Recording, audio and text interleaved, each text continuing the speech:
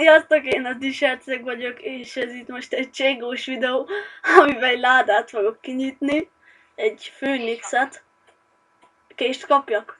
Aha, mert akkor ott hasonló. Jó, persze. Jaj. Ó, persze, kiadott neked ilyen ládákat, meg fegyvereket. Trédeltük.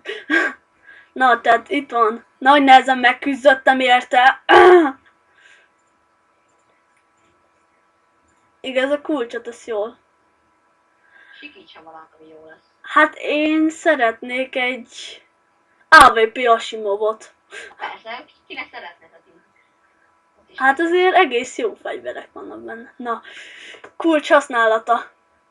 3, 2, Csukd be a szemed. 1. Nyitva. Na, kés.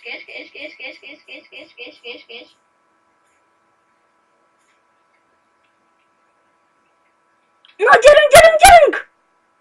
USP-es sörző! Hát összeszalom magam! Összeszalom magam! USP-es sörző! Hát már megint hackelsz! Geci! Anyám!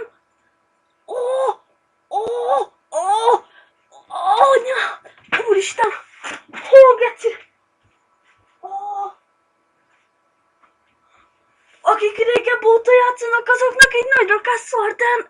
Anyád! Azt nem szar, én már régóta játszok, és ez így jó. Tudod, mi jött volna?